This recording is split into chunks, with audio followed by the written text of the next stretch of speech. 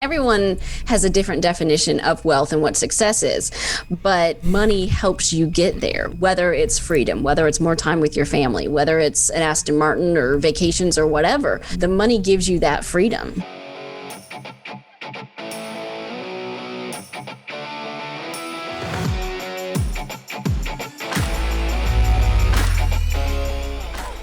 What's shaking? This is Rick Jordan. Welcome back to All In.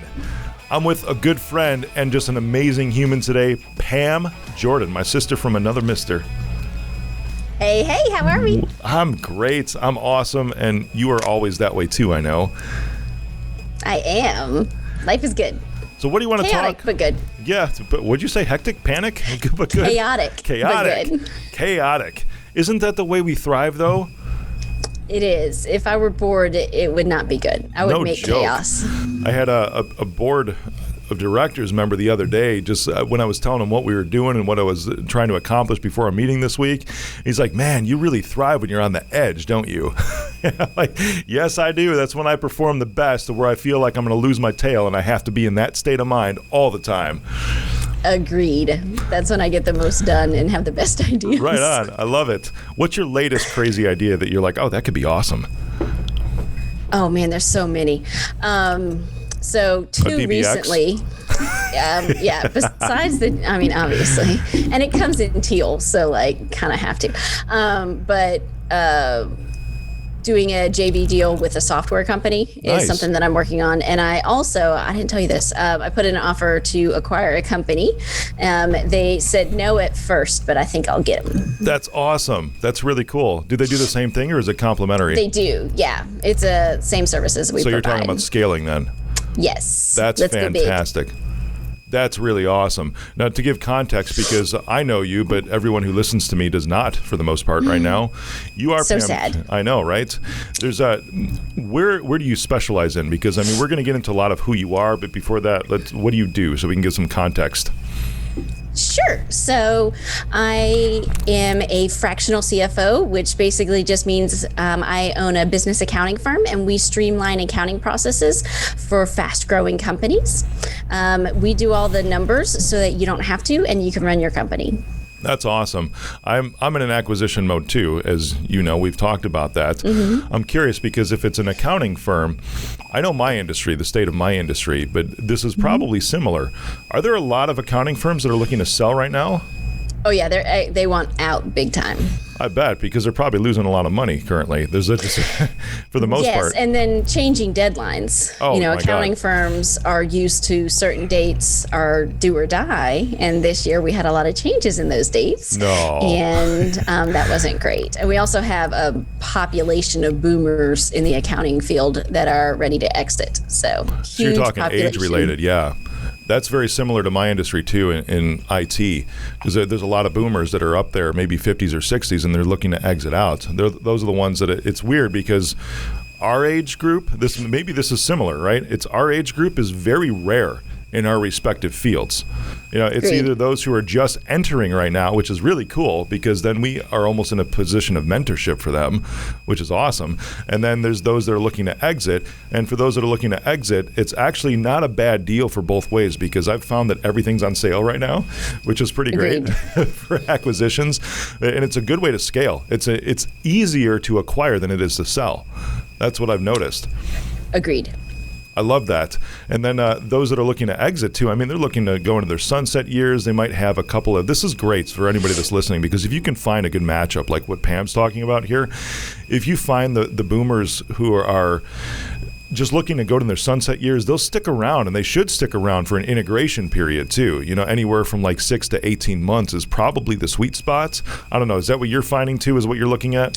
6 to 9 months is what most people are saying when I'm speaking to them. Okay. But that's in my field. I'm sure other fields, there's variance. Yeah, because in ours, we have, I'm sure yours is a little bit more cut and dry, but our business model is a little bit more mature and unique than most others in the industry. So it takes a little bit longer to integrate and convert the clients over to the new model.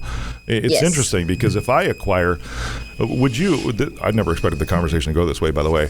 When I acquire, I'm actually expecting almost to lose about half the client base of every single acquisition. How do you feel about that? So in this past deal that I was working on, my number was 30%. I was anticipating losing 30.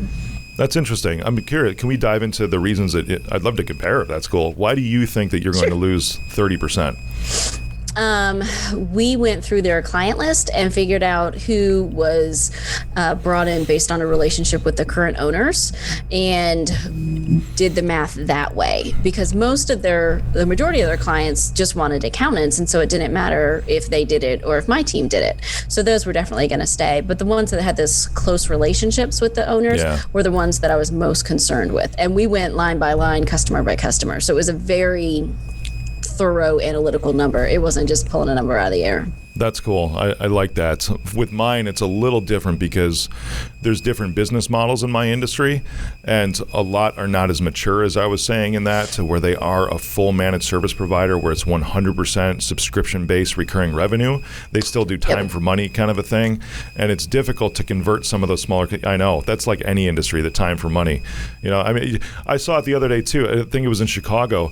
There was an ad on Facebook that was talking about unlimited doctor visits, which is interesting because I actually provide my team with unlimited video doctor visits. This is like a fringe benefit that they get through HealthiestYou. It's amazing, and it's so inexpensive to provide as an employer too, so they can actually choose a lower plan in their health benefits and save some on the premium, and they have essentially all of their basic doctor sick visits covered for things like sinus infections or whatever, even for their entire family.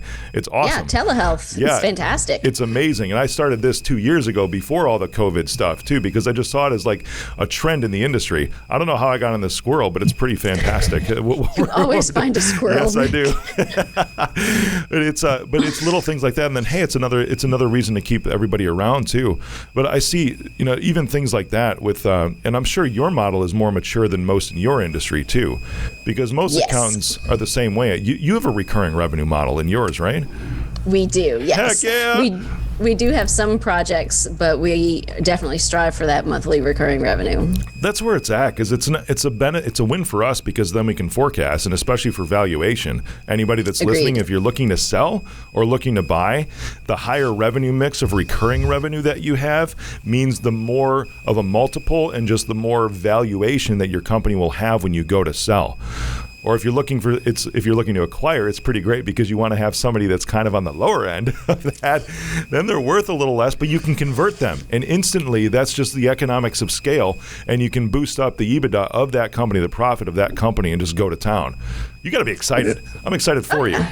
It's fantastic. So, I'm having a gentleman that we both know help me with the deal, and he says 90% of the deals they say no at first. So he said, just hold on. So I have hopes, and if we don't get this one, I'll find someone else to buy. That's so cool. Now you're doing all this amazing stuff in business, and you're just crushing it. You're also a mom. You have a family. Yes. How the heck do you do that? Help. A lot of help. No, you're talking like, because I know we both enjoy bourbon and scotch. Is that? I'm kidding. That's not the kind of help you're talking about. Maybe some nights. No, straight. Buffalo Trace is a therapy. Nice. So, outside of that, what kind of help are you talking about? Sure. So first off, my husband is a fantastic superstar, Nick Jordan, just for fun, and he obviously works full time. He's actually in the ministry, but he's fully capable as a dad to take care of kids and run the house. So I can jump on a plane and be gone for a week, and I come back and everyone's still alive and they fed and have clean clothes. The house isn't that bad, so winning. And then we also have family members, and then we also have paid babysitters and things like that to come help, especially right now with the chaos of virtual school and picking kids up and still trying to be productive is very difficult. No joke. And I mean, even though I'm sure your travel has decreased a lot this year, just with everything going on, so you're at home more. How is that? Because I mean, coming back to the mom side of things, what did that look like? When you first started doing everything at home, because you don't work with small companies for the most part. I mean, you go all the way up to what I think you said 20 million in revenue was like the sweet spot. It's like a few million to 20 million in revenue. That's not like just a one-person shop. No. So you're talking to people that actually have some influence, maybe a little bit of power, and now here you are at home with kids that are not in school. How's that working? There were so many Zoom meetings where I muted myself and I'm given the get out now, like, or like turn off my camera really quick and yell at somebody, get out. And now that they're in school, it's hard because, I can't log in, and which link am I supposed to do? And I need to type. And, we've got 3 children, 2 8-year-olds and an 11-year-old, and it's not like they've had typing classes.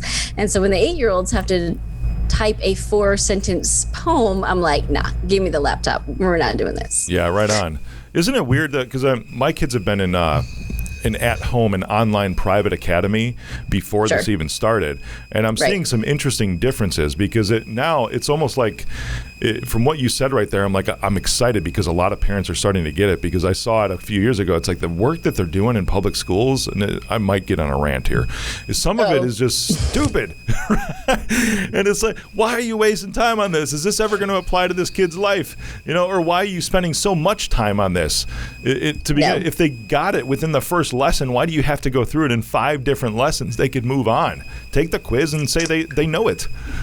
Yeah, and why can't we teach them good life lessons? Our 6th grader, early couple weeks ago was working on long division with decimals. Dude, I don't know. I haven't done long division with decimals since 6th grade, so I had to Google it, and I watched, read the instructions. I was like, okay, cool, we got it now. And she's like, Mom, when am I ever going to use this? I said, 6th grade. Yeah. Like, I work with numbers every day of my life, and I use a calculator or a spreadsheet. No one ever in the future is going to ask right here. You. Yeah, exactly.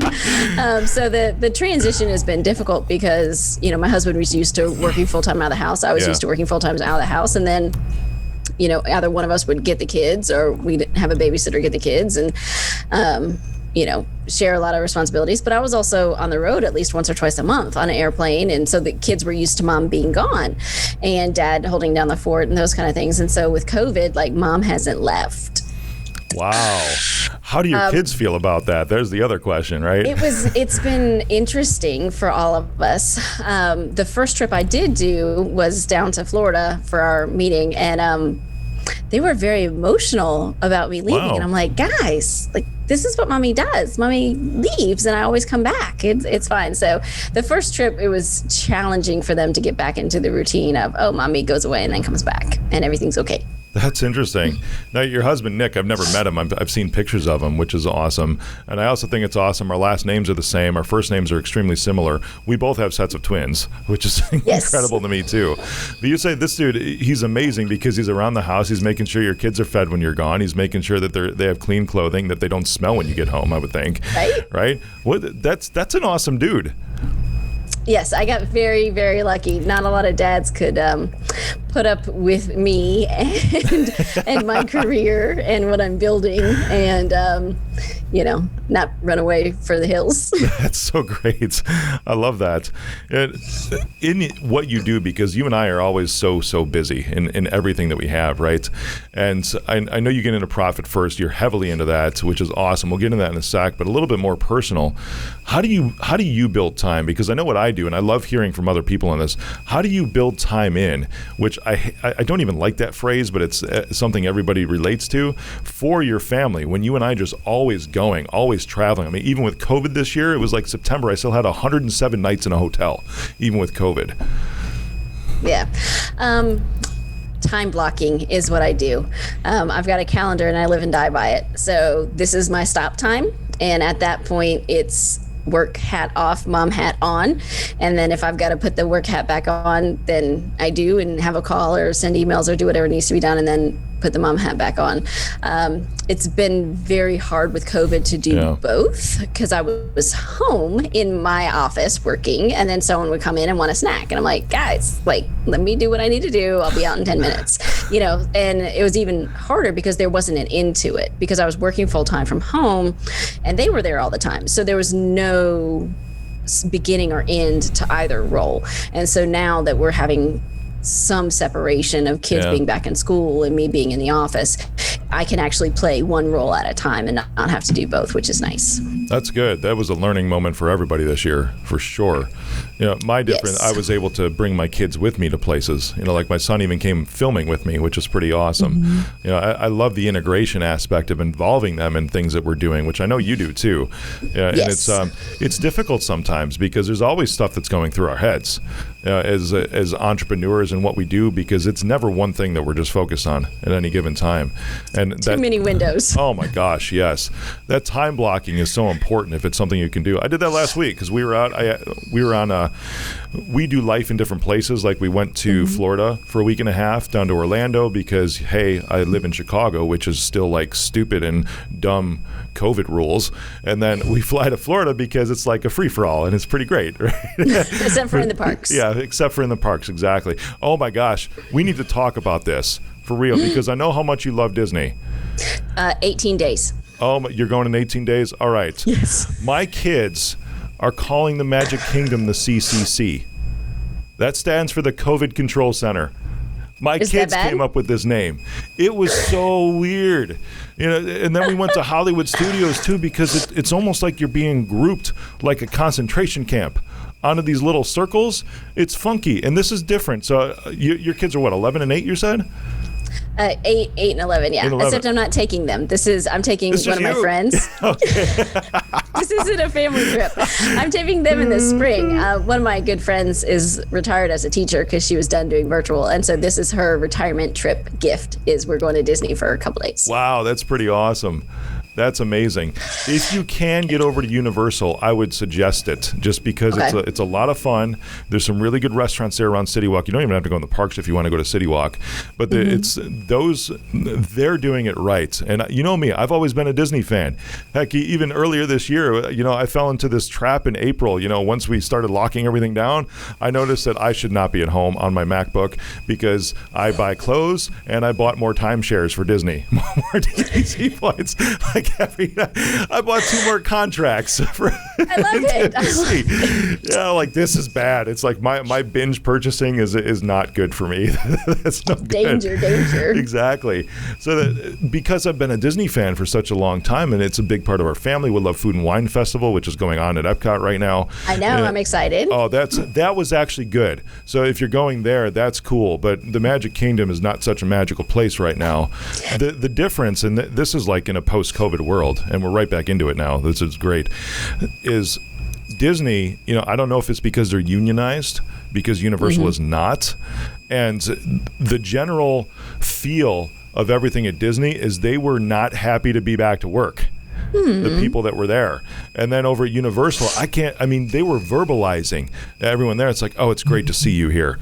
Just like individual things, even the street sweepers that were just cleaning up the trash on the street were like, it's really good to have you back. That's awesome. It is awesome. You don't get that from Disney. At Disney, my son, first off, it's the weirdness of trying to eat, because even like a Food and Wine Festival thing, right? And this is like a side rant. You did get me on a rant Squirrel. here. I know. But when you're there, even at Epcot, they have these rules, right? Because, one of the best things about Food and Wine Festival is you could just grab things from one of the 40 different booths of the countries that they have, walk around, sample things. Now, exactly, drinking around the world. Now, the only way that you can remove your mask is if you are eating or drinking while standing in place. There is no walking around and eating anymore. So my son, though, my youngest son, who's 10, we were at like the popcorn cart. And all 5 of us, my family, are standing there. This is in the Magic Kingdom. And I'm ordering just some popcorns and some roasted nuts and some drinks and everything. He has a bottle of water, so he's actually following the rules. And he's sitting there drinking, and they would not serve us, wouldn't even take our order until he put his mask on. It was the most messed up thing I've ever seen. It's like you can tell because the weekends we were there for Universal, the parks were freaking packed. You go to Disney and it's like a ghost town. Yeah. And you can, even walking into the gates and everything, and this comes back to like business really, because you want to provide the best experience from start to finish. Even walking into the gates there was no music playing at Disney. Nothing to create the atmosphere and the environment. It was just weird. It was kind of surreal, almost like zombie apocalypse Disney. Yeah. When I go, I'll tell you how it is. Please, maybe they're going to do better. Maybe by they've that eased point. up a little bit, or Right on. I don't know. They just laid off Disney just laid off a bunch of people, so I'm sure morale's not going to be any better. For sure. Or maybe they're thinking, hey, at least I have a job now, because it didn't seem like they were thinking that before. That's a good segue into talking about some profit first stuff. I know, because I want to talk about this. There's been a lot of layoff. Yeah, that was planned. Nah.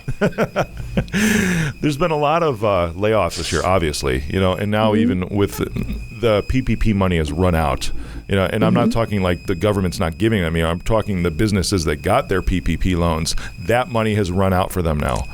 Correct. They've used it. Exactly. And I go back to thinking about profit first, because can you explain the general concept without like getting into too much detail? Because then I have questions regarding that. I know what it is, totally. but you'd say it way better. Okay, perfect. So Profit First is a book written by Mike Michalowicz. It's behind me. And it is a cash flow methodology. So think of an envelope system where you might have a grandma who on Friday, grandpa comes home with, $500 from his working at the factory, and she'd put some money in a gas envelope and another in a grocery envelope, an eating out envelope, and a vacation envelope, and a clothes envelope. And whatever's in that envelope is all you have. And that's what you have to spend with. Well, this does the same thing with entrepreneurs, because let's face it, we like bank balance accounting. We like to pull up our phone, see what our balance is. We smile if there's money, we frown if there's not. And we look at one big number and we say, okay, we're good. I can make payroll. Whew, no problem. Ooh, I can pay off the American Express. We're good. But with Profit First, you have multiple bank accounts, which is basically multiple envelopes. And it lets you know how much money you have, but also what it's for. Because a lot of times we will spend whatever's in front of us. And if we put those into smaller buckets, you have a bucket for profit, because profit first. So you pay yourself first. And then whatever's in the operating account is what you have to run your company. And if you have more bills than you have money, then you have to take a look inside and figure out, how can I cut some expenses? I don't have enough money for this. Where you don't, and then you're also saving for money for taxes and to pay yourself. And so it is built for the entrepreneur and not for us accountants. So a lot of accountants buck me when I try to implement it and fight me. But all I have to do is just tell them some stories about some entrepreneurs that I've worked with. One recently, he's in the e-commerce space. And I was literally on a video conference with him, his bookkeeper, and his CPA. And they were all arguing with me about Profit First. And he's like, hold up, everybody. Look, before Profit First, I never knew how to make financial decisions. I never knew how much money I actually had. And now that I have Profit First implemented, I know how much money I have, what it's for, and I have more money than I've ever had. That's awesome. The profit bucket, because I know there's a lot of components to this, but there's a magical percentage, right? Yes. What is that percentage? I know it can change slightly depending on the scenario, but what is that, like, that guideline? 10. The magic percentage for profit is 10. And that is, there is a sliding scale based on your gross revenue. But imagine for every dollar that comes in, 10 cents goes into a profit account, and it is only for you as the business owner. That's pretty phenomenal. Fantastic. That is phenomenal. And it does so much more. It also increases the value of your company. Right on. It also gives you more freedom. You can go buy Astons or whatever you want to buy. That's pretty great. So as you incrementally go up in revenue, that's also saying, hey, I'm going to pay myself some more too. And it's interesting. My industry, and actually this is just generally across the board, and I've used a stat a lot of times, is that most small business owners take home, this is from the SBA, $59,000 a year. And it's ridiculous because, I look at when it's, let's say you get to $1 million company, which is also sort of rare for small business owners. What is it, like 7% of businesses make it over 7 figures or something like that? If that, yeah. Yeah. I mean, we're there. And I know what I was making even when we were making $500K, and there's been some years to where I haven't really followed Profit First, because I would say that I loosely follow it because I would reinvest back in my business. I remember 2018, because we were doing a lot of things, like starting really launching the personal brand and all that, and I look at my personal tax return, it said I made $58,000. And then everyone's free. It's like I still feel fine, because I know that I've been doing the right things for so many years, and I've got other assets that are in places that could sustain those kinds of things. So when you're looking at profit first, that 10% that you're saying, that sort of kind of magic number, that's what you pay yourself out of, correct? That's what you get as an owner. That is the extra you get. There's one account called owner's comp, which is your salary. Boom. It was a trick question.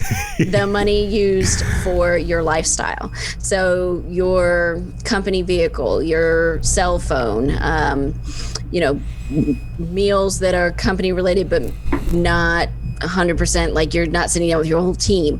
Those kind of things run through the owner's comp account, and that's what you get paid. The 10% is the extra. That is the reward you get for being the entrepreneur and taking the risks to run a company and have employees and make the hard decisions. So the owner's comp account number roughly is about 35% based, again, on your revenue. It can go down and up. Yeah. But you get 35% income for you, again, salary and your lifestyle expenses that you run through the company, and then an extra 10%. So if I'm doing the quick math, you're talking 45% gets set aside for you, and then a good portion of that 35% is the expense. It includes certain expenses of yours too. But then you run your company on 55% of your revenue. Nope, there's another account called tax. Oh, those things. So Uncle Sam gets his piece. So that percentage is 10 to 15, depending, again, on your size. And there's a whole chart that I can share with people. Basically, 10% is profit. That's your reward.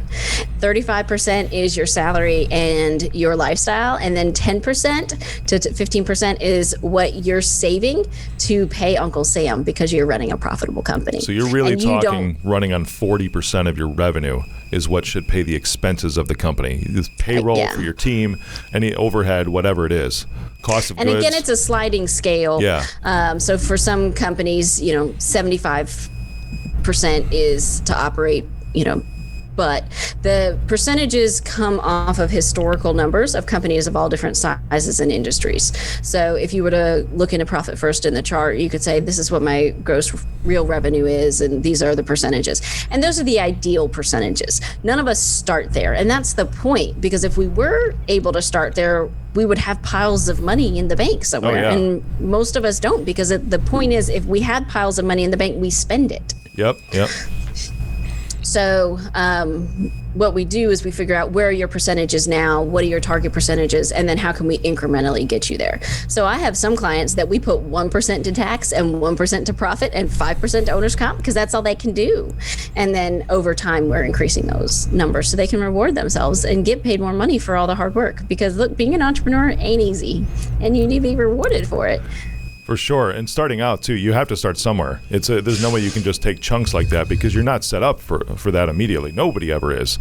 I think back, you're talking about the envelopes. That's literally what my parents did.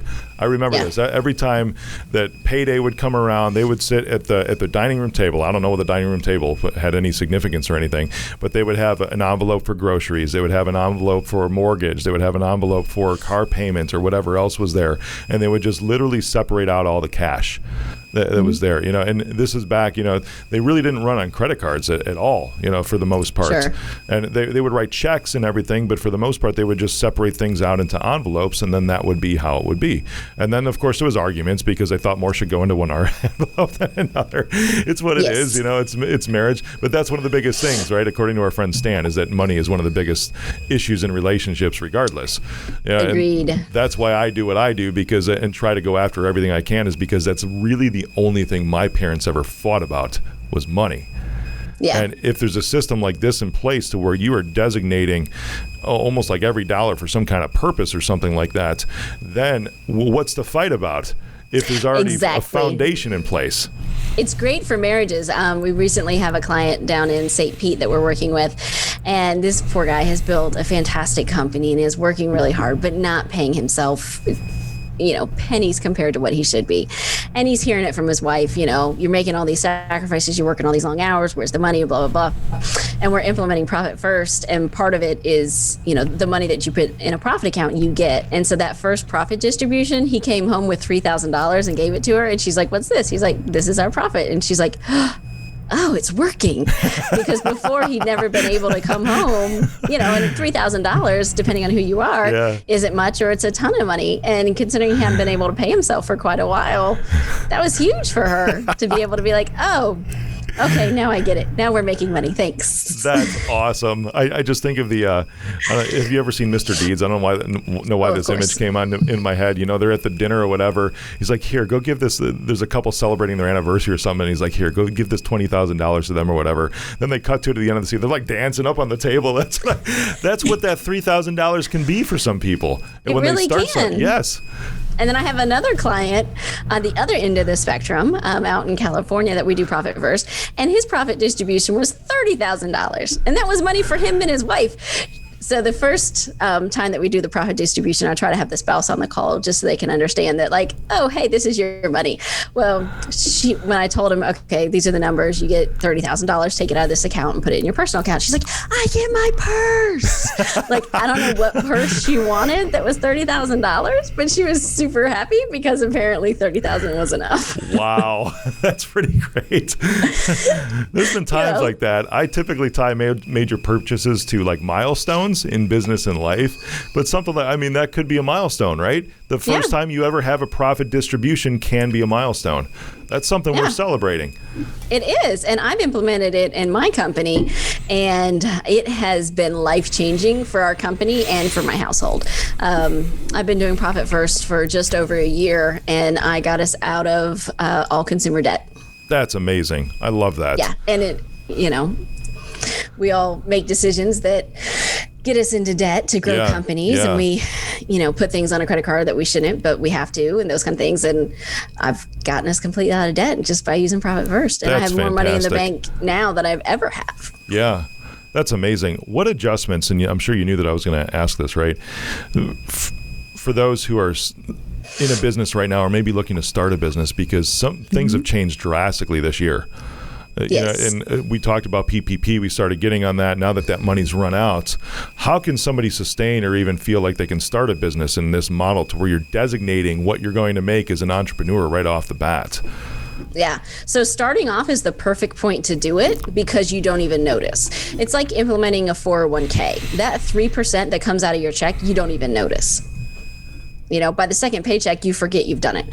So with Profit First, implementing from the get-go, put 1% in, the profit, tax, and owner's comp accounts and run on 97%. You're not going to miss that 3%. And then a year later, you've got $10,000 in each account. Holy crap. That money would not have been there if you didn't do that 1%. I talk to entrepreneurs and startups and they're like, oh, well, I don't have any money. We're not making any money. I was like, no, you can make money immediately if you implement this. Yeah. And what we then need to do is look at your costs because you're spending too much money or you have a volume problem. So let's look at that. Your profit's not your problem. And so then we can dig into other problems and help them solve whatever it's, maybe they're not charging enough. They don't have enough volume. They're selling to the wrong people. They're spending too much money on advertising. Their cost per acquisition is off. All the fun stuff that I love to calculate that no one else does. That you geek out about a little bit. Yeah, for sure. It's important stuff though. And that's the thing that, as a business owner myself, a multiple business owner, I don't really want to worry about that stuff. I just need to do because, going public, had a first board meeting, coming out of second quarter, going into third quarter this year.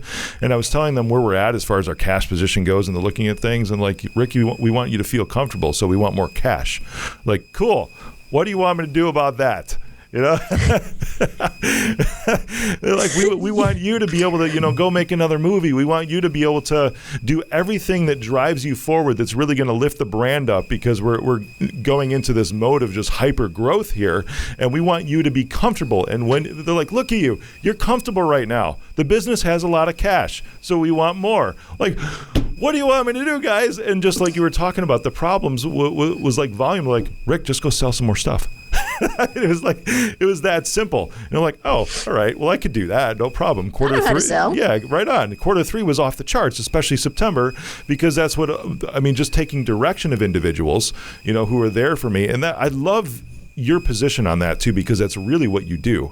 And it's strictly from a financial purpose, because I can imagine that you will save marriages by doing these kinds of things.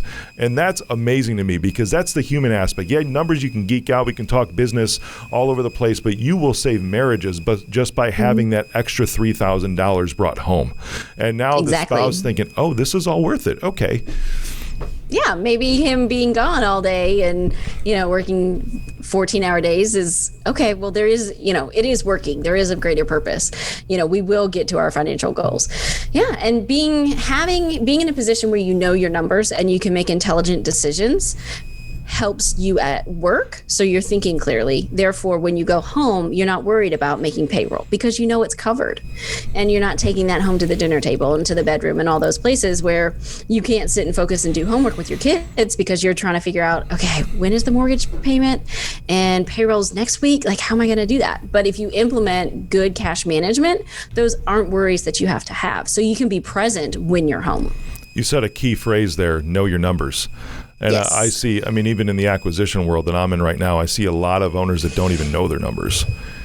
And that's I don't understand that because I've always known them. But what's the psychology behind that? Maybe you can help me understand, because you literally go in to say, hey, these are your numbers. That's what you do. Yeah. What's the psychology behind them not even caring maybe for so long? Or maybe they just can't get past the hurdle of doing the job versus running the business. I don't know. You tell me. Sure.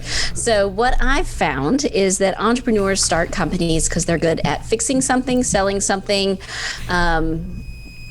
service, widget, whatever.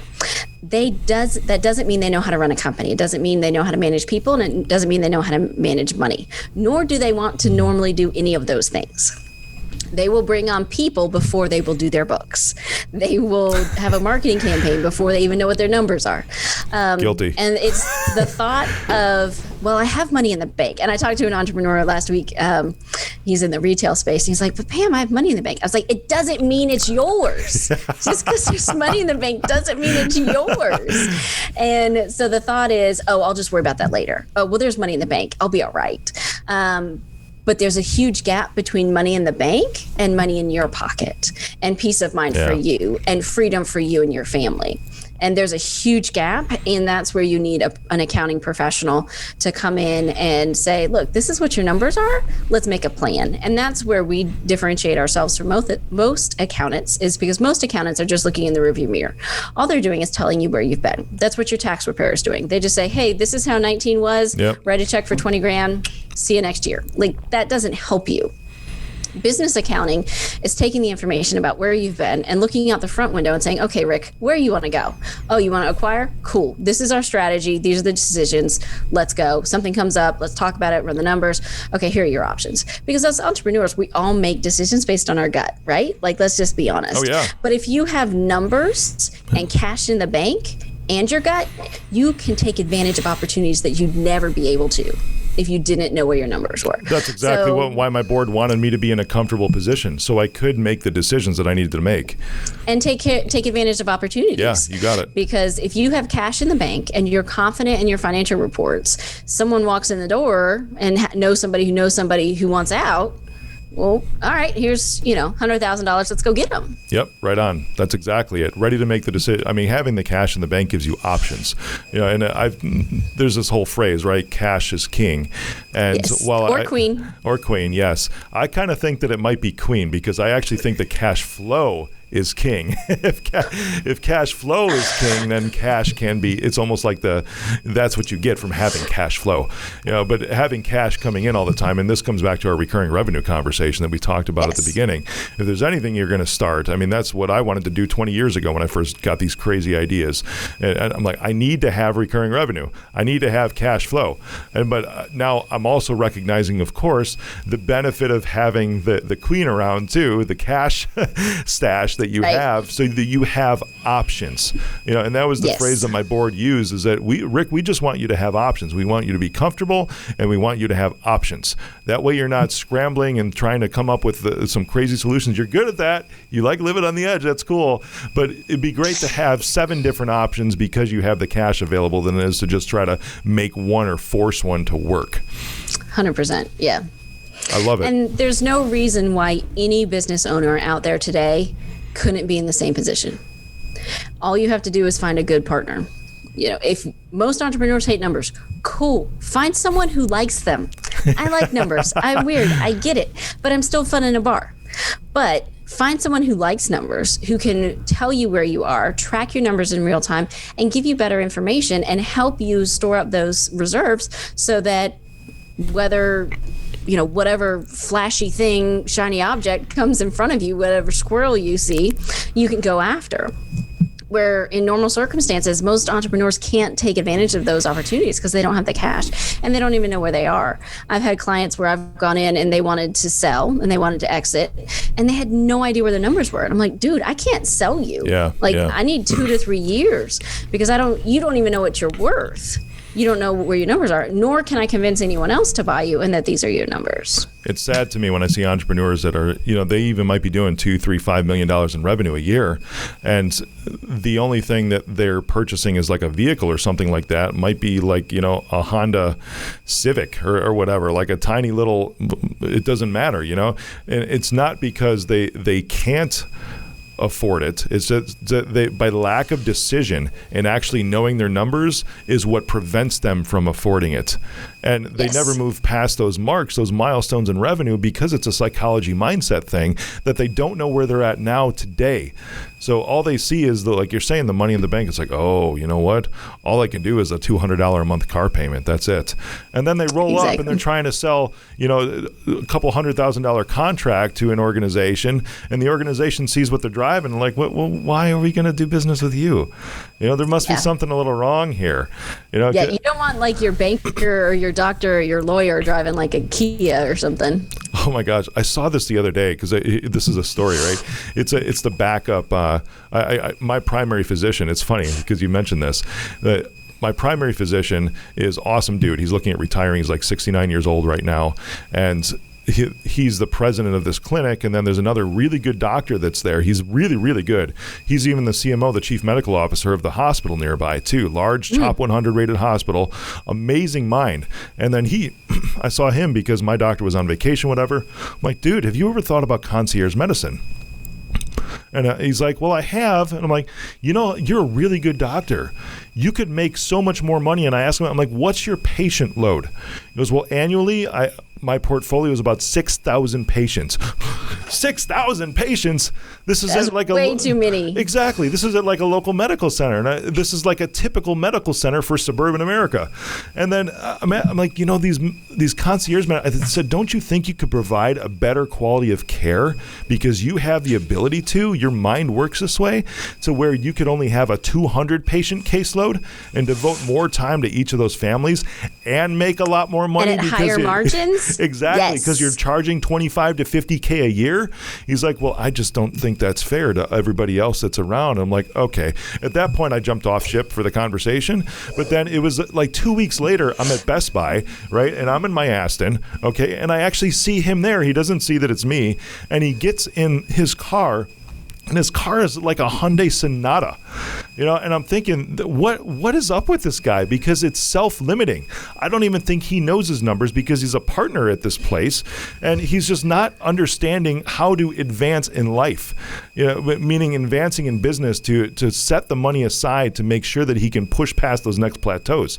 He might be happy where he's at, but imagine if he put aside that 10%. Yes. Exactly. And everyone has a different definition of wealth and what success is. But money helps you get there, whether it's freedom, whether it's more time with your family, whether it's an Aston Martin or vacations or whatever. The money gives you that freedom. Always, always, always. We got 2021 coming up. And this is a thought process in my head. And this is where I'd like to kind of wrap things up here today. Because this year was just jacked up. And And from a business perspective, for a lot of businesses, it just messed up. And unfortunately, we talked about the PPP money running out. If businesses are thinking they're going to close their doors at this point in time, it's just the straight truth that that's probably likely going to happen. But it's sad. It really is. Because they're at a point like, if this stuff doesn't change, I've seen this in news articles and interviews and everything. If this doesn't change in the next 2 months, we're closing our doors. Well, I'm sorry. Things aren't just, there's no magic wand in the next 2 months. That's just how it is. So start preparing for something different now.